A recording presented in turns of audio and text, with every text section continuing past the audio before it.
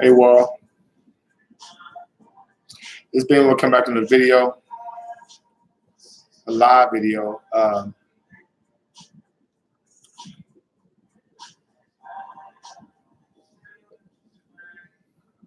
Title: Where's the government funding for the general educated student? And I'm just gonna make a brief argument. And before I get started, I'm gonna talk about 3 types of students that are in our education system. Okay?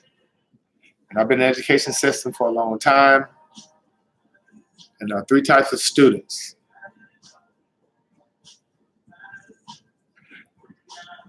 Three types of students in education are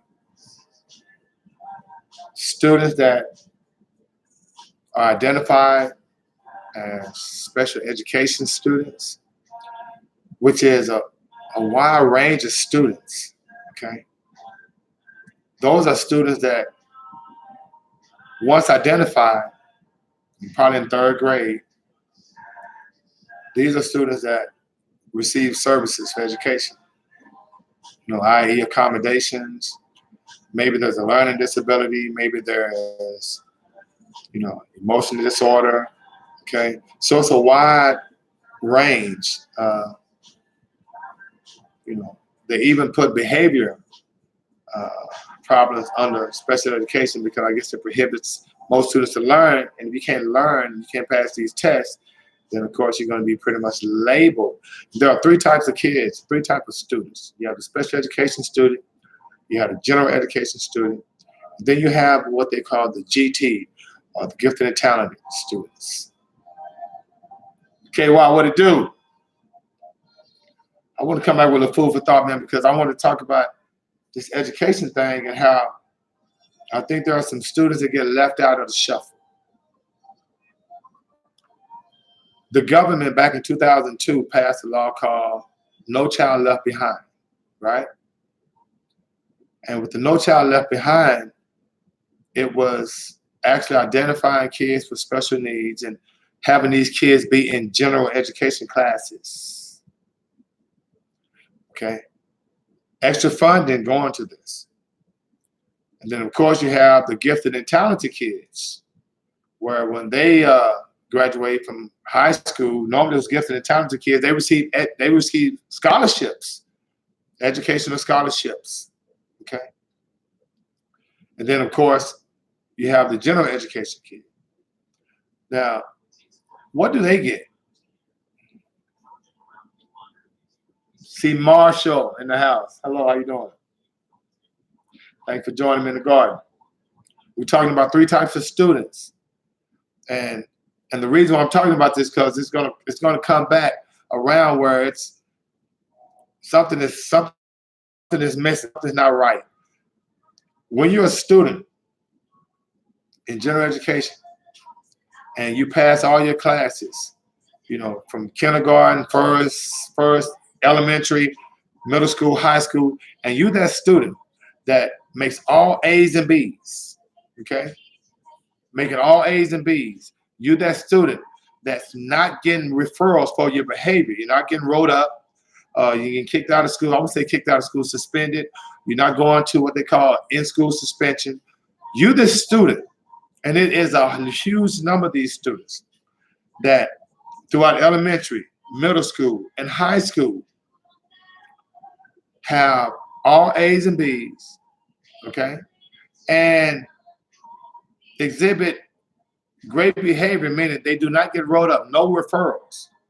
Now, these particular students, they're not labeled, you dig? So when you label special education, that comes with a lot of accommodations and whatnot. They even have an alternative school for students that have behavioral issues. Now, that's extra money from the federal government that go to this particular student. Then, of course, you have the GT kids that the gifted and talented kids, they receive scholarships because, like say, well above academically other students. They have a different department for that, and they also receive grants. The general education students, what I'm talking about, and what trips me out is this: why don't these kids get rewarded every year? Where is the incentive?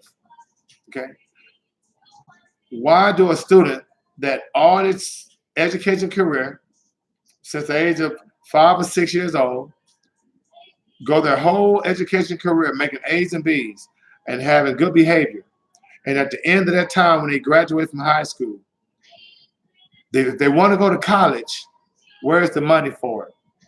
Okay, because a lot of times those kids can't go to college. So what I'm suggesting and what I'm proposing, and I'm not a politician because I don't believe in politics, but if you think about it from a justice standpoint, these students should be awarded every year. Think about this. Award these students every year. You make A's and B's the whole year.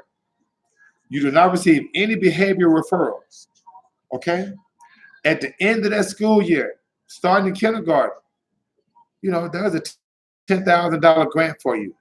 And then the next year, there's another $10,000 grant for you. Because see, what happens at the end of your 12th grade year, and you don't perform this for 12 years, okay? The whole high school, middle school, and elementary career, you sit on $120,000 that the government has showed its appreciation for you being that student, okay?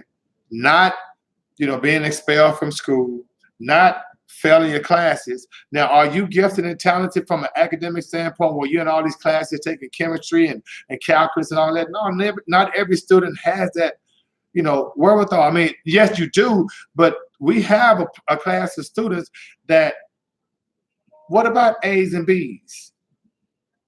Okay? And why, when those kids graduate from high school, there's no scholarship for them? So if the government can spend $762 billion on new military equipment and we're not at war, then imagine taking millions of those dollars that we're paying anyway as taxpayers and awarding our students then general education that's making A's and B's and C's and passing their classes and coming to school every day. Okay? Not having behavior problems. Why are the kids that's only having behavior problems and the kids that are excelling, you know, way up here are the ones that are being recognized? I mean, is it me? I'm just saying. So from an education and from an academic standpoint, I think, you know, these are laws that have been put in place. When you talk about No Child Left Behind, IDEA, Section 504, alternative schools, those are all government programs, you know, geared toward kids that are having problems, kids that, you know, which I can dig. But what about those kids that's going to school every day and making those A's, B's, and C's and not getting rolled up and graduating from high school and can't go to college? Why are those kids ultimately rewarded with a $40,000 to $50,000 to $60,000 debt in the student loan? Okay. Now, okay, well, I can dig it, but, you know, it just started with a thought. You did? I mean, you know, think about how many students out there right now that have these student loans that they're not going to forgive. But the government, the U.S. government, can go bankrupt in 1933. The U.S. government can go bankrupt in 1971. The U.S. government can go bankrupt. Corporations can go bankrupt. Citizens can go bankrupt. But students that 22, 23 years old, you get out of college, you have $40,000 worth of debt, and you can't file for bankruptcy so you can start your life off in a better track? No, let's go ahead, instead of penalizing these students and having a $1.3 trillion worth of student loan debt, where is the forgiveness in the bank's heart? And I talked about this last time, guys, about how the banking system works. Okay? So, like I said, it's idealistic, but it's something to think about. I mean, we're in the garden, it's something to think about. I don't see why we can't have this thought. And how many of you guys out there right now have this student loan? How many of you guys out there right now, when you graduated from college, didn't get a job because what you graduated with, it wasn't there? and you're wide-eyed as a senior, which is beautiful, and you get this extra education, and you're penalized for it. So as a teacher, you know, you think about the different classes, you think about the different students, because they may not tell you guys that's not in the education system, but there are 3 types of students out here.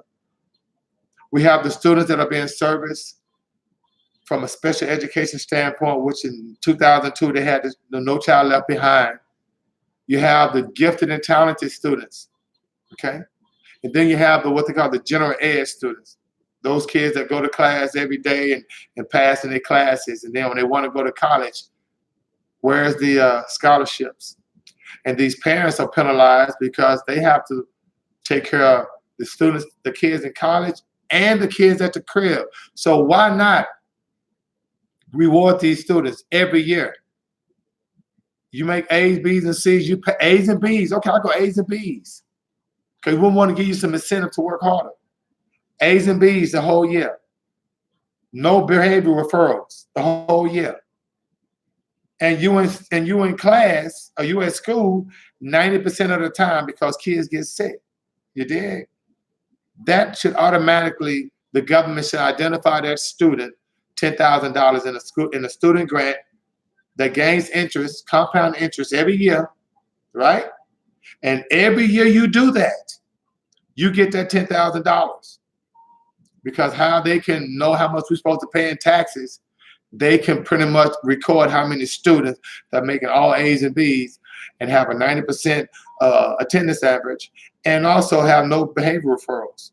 That's incentive enough. Imagine the amount of students that will make that a priority. Now it's not about athletics. It's about taking care of your business and then being rewarded at the end. Is it me?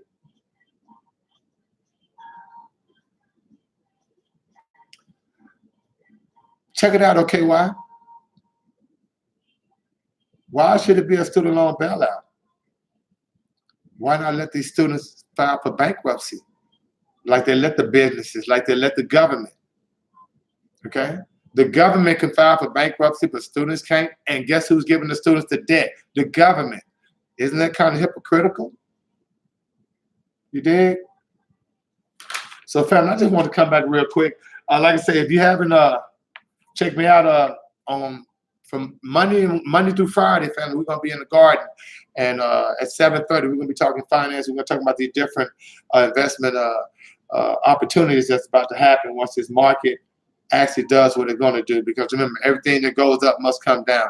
And the only reason I'm pretty adamant and pretty confident about that, because if you look at it and what type of monetary fiscal policy that we have in America, it's not based on value. It's only based on a fiat system, which is just paper money printed out by the Federal Reserve. And the only thing that has value is your worth, which is your energy. You dig? So let's go ahead and check me out tomorrow, 7:30. We'll talk about it then. Matter of fact, family, and if you get an opportunity, if you have Netflix, there is a show on Netflix called The Family. Check that out. I'm gonna come back with some food for thought on that. But if you're in the garden tonight, check out a series on Netflix called The Family. Okay, and if you check that out, you'll see why I say there's one bird and two wings. You'll see why when politicians have all these issues in America that could actually benefit the common man and the common female, the common child, the common family, you'll see why it's never happened. It's called The Family on Netflix. All right, one bird, two wings. Family, thank you for joining me in the garden tonight. I'll be joining you back 7:30 tomorrow. In the meantime, between time, in the Most High side to bring you joy. KY, thanks for joining me. Khaditra, thanks for joining me. Lauren, thanks for joining me. And Being Willis out of 5,000.